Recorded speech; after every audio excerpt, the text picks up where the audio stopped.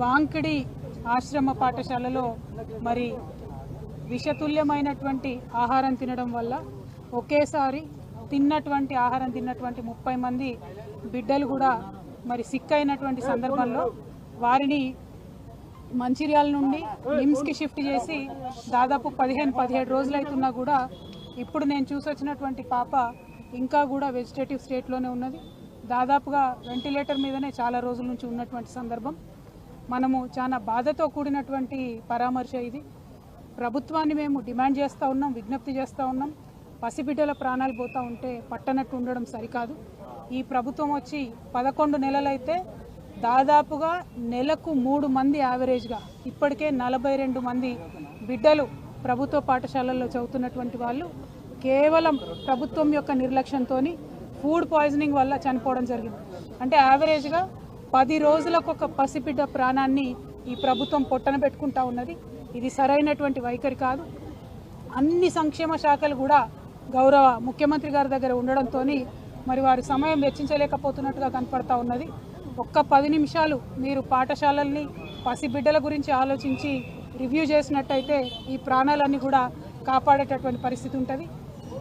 నిన్న పేపర్లో చూసాం, నారాయణపేటలో హాస్టల్లో అన్నంలో పురుగు వచ్చిందని చెప్పి పిల్లలందరూ ధర్నా చేస్తే స్వయంగా ముఖ్యమంత్రి గారు మరి రివ్యూ చేసిన తర్వాత తెల్లారి మర్నాడు కూడా మళ్ళీ అదే సీన్ రిపీట్ అయితే పిల్లలంతా ఇప్పుడు కూడా ధర్నా చేస్తున్నటువంటి పరిస్థితి మరి కనబడతా ఉంది. దయచేసి ప్రభుత్వాన్ని విజ్ఞప్తి చేస్తూ ఉన్నాం, మీ ప్రాధాన్యతను గుర్తించండి. బిడ్డల ప్రాణాలు ప్రాధాన్యమైనటువంటి అంశంగా మీరు స్వీకరించి తక్షణమే చర్యలు చేపట్టవలసిందిగా నేను డిమాండ్ చేస్తూ ఉన్నాను. నేను ఎస్టీ వెల్ఫేర్ అధికారి గారు శరత్ గారితో కూడా మాట్లాడడం జరిగింది.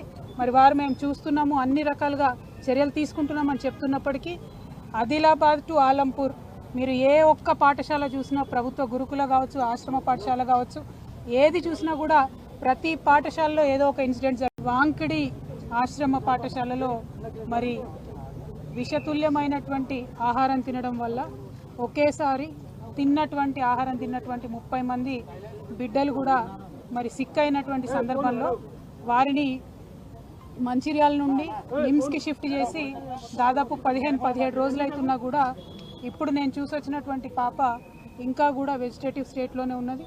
దాదాపుగా వెంటిలేటర్ మీదనే చాలా రోజుల నుంచి ఉన్నటువంటి సందర్భం.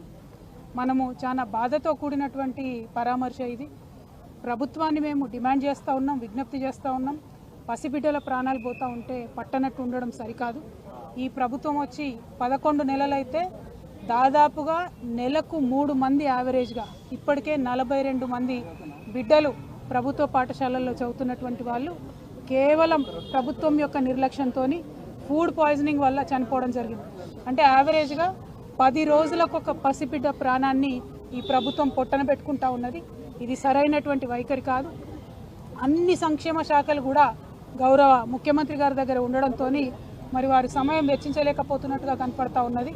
ఒక్క 10 నిమిషాలు మీరు పాఠశాలల్ని పసిబిడ్డల గురించి ఆలోచించి రివ్యూ చేసినట్టయితే ఈ ప్రాణాలన్నీ కూడా కాపాడేటటువంటి పరిస్థితి ఉంటుంది. నిన్న పేపర్లో చూసాం, నారాయణపేటలో హాస్టల్లో అన్నంలో పురుగు వచ్చిందని చెప్పి పిల్లలందరూ ధర్నా చేస్తే స్వయంగా ముఖ్యమంత్రి గారు మరి రివ్యూ చేసిన తర్వాత తెల్లారి మర్నాడు కూడా మళ్ళీ అదే సీన్ రిపీట్ అయితే పిల్లలంతా ఇప్పుడు కూడా ధర్నా చేస్తున్నటువంటి పరిస్థితి మరి కనబడతా ఉంది.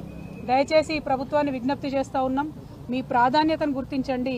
బిడ్డల ప్రాణాలు ప్రాధాన్యమైనటువంటి అంశంగా మీరు స్వీకరించి తక్షణమే చర్యలు చేపట్టవలసిందిగా నేను డిమాండ్ చేస్తూ ఉన్నాను. నేను ఎస్టీ వెల్ఫేర్ అధికారి గారు శరత్ గారితో కూడా మాట్లాడడం జరిగింది.